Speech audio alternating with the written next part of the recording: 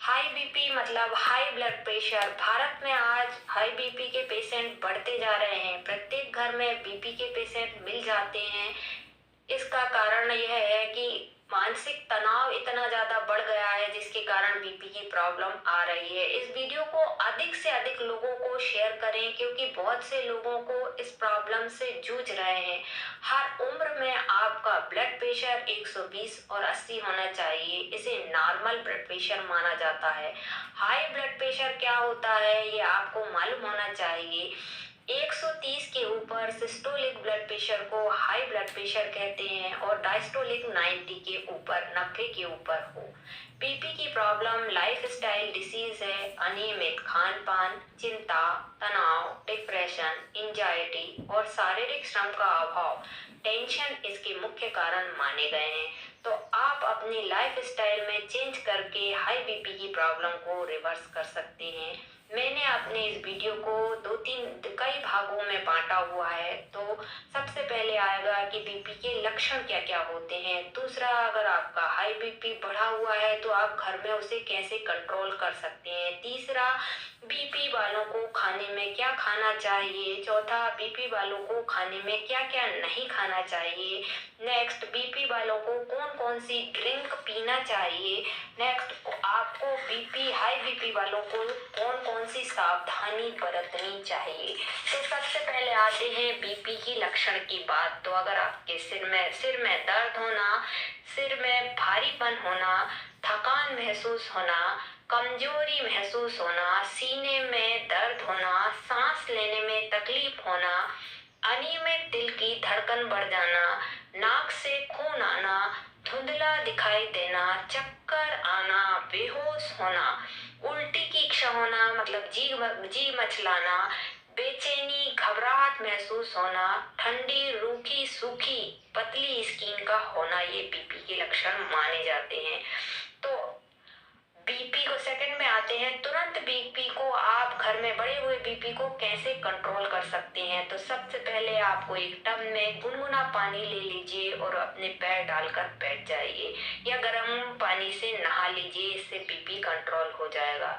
Second, आपको थोड़ी देर के लिए दाईं करवट पर राइट साइड पर होकर लेट जाना चाहिए ताकि आपका जो राइट नोस्ट्रल लैब है ओपन हो जाए, चंद्र नाड़ी खुल जाएगी, जिससे आप देखेंगे कि थोड़ी देर में बीपी नॉर्मल हो जाएगा। आपको डीप ब्रीदिंग एक्सरसाइज करना चाहिए, मेडिटेशन करना चाहिए, पानी की मात्रा बढ़ा देना चाहिए। अब आप कौन कौन सी ड्रिंक ले सकते हैं बढ़े हुए बीपी में। तो सबसे पहले एक गिलास ठंडे पानी में थोड़ा सा सेंधा नमक डालें और 1 चम्मच नींबू का रस मिला दें और यह पिए। तो इससे भी आपका बीपी कंट्रोल में आएगा। सेकेंड, हाई बीपी वालों को तुरंत कंट्रोल करने के लिए आधा गिलास पानी में काली मिर्ची का पाउडर मिलाएं और नींबू का रस मिलाकर हर आधे घंटे में पीते रहें। इससे भी थोड़ी देर में आपका बीपी नॉर्मल आ जाएगा।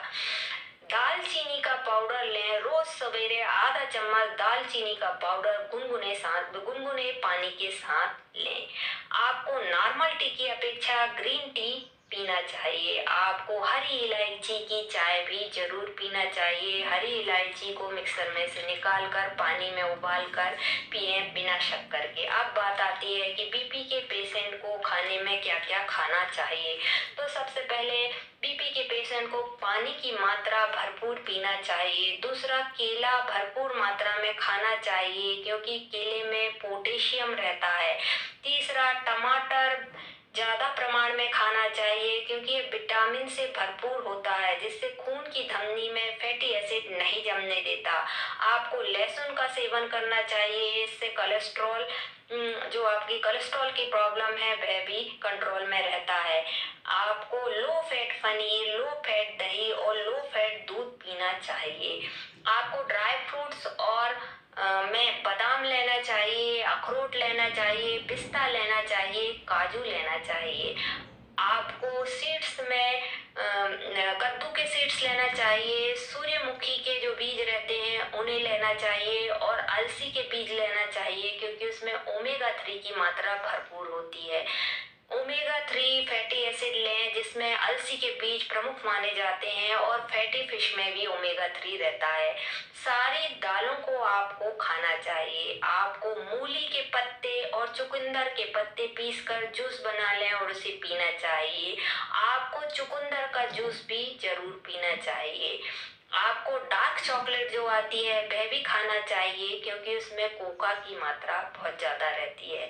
अब आता है कि बीपी के पेशेंट को कौन कौन सी चीजें नहीं खाना चाहिए। तो सबसे पहले नमक की मात्रा कम करनी चाहिए। खाने में नमक का सेवन बहुत कम कर देना चाहिए। आपको पैकेट फूड नहीं खाना चाहिए।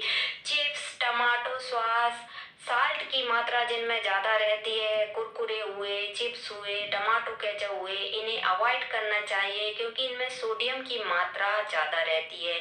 आपको घी का प्रयोग भी कम करना चाहिए। आपको मैदे से बनी हुई वस्तु भी नहीं खाना चाहिए। आपको तली भुनी वस्तु भी भोजन का सेवन नहीं करना चाहिए। अब आता है बीपी को नॉर्मल रखने की विशेष टिप्स। सबसे पहले आता है कि हथेली का ये जो प्रेशर पॉइंट है इसे आपको दबाना चाहिए। हथेली के बीचों बीच में इस भाग को आपको 30 सेकंड के लिए दबाना है। दोनों साइड दबाना है, इधर भी और पीछे भी। देख लीजिए, आपको दोनों हाथों में बारी बारी से करना है 30 सेकंड के लिए। सेकंड, आपको अनुलोम विलोम और भ्रामरी जो प्राणायाम है वह डेली करना चाहिए।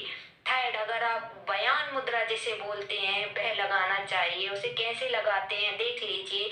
आपकी अंगूठे की टिप्स से इंडेक्स फिंगर और मिडिल फिंगर को इस टाइप से जोड़ दें और इसे 10 मिनट के लिए होल्ड करके रखें। इससे भी आपका बीपी नॉर्मल रहेगा।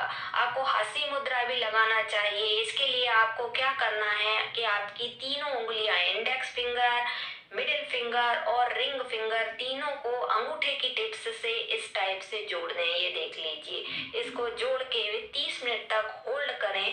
इससे भी आपका बीपी नॉर्मल रहेगा। आपको नियमित रूप से व्यायाम जरूर करना चाहिए, नहीं तो 40 मिनट की वॉकिंग जरूर करना चाहिए। आपको योग अभ्यास और मेडिटेशन जरूर करना चाहिए। अब हाई बीपी वालों को कौन कौन सी सावधानी बरतनी चाहिए। सबसे पहले बीपी की गोली बिना डॉक्टर के बंद नहीं करना चाहिए। आपको हर महीने बीपी चेक करना चाहिए। आपको खाने में चीनी का प्रयोग बहुत कम करना चाहिए।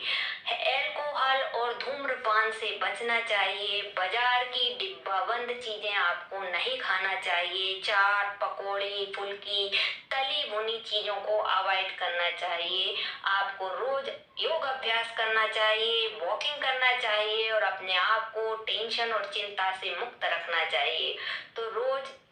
तो आप भी इन छोटी छोटी टिप्स को फॉलो करो और अपने जीवन से बीपी जैसी, हाई बीपी जैसी प्रॉब्लम को दूर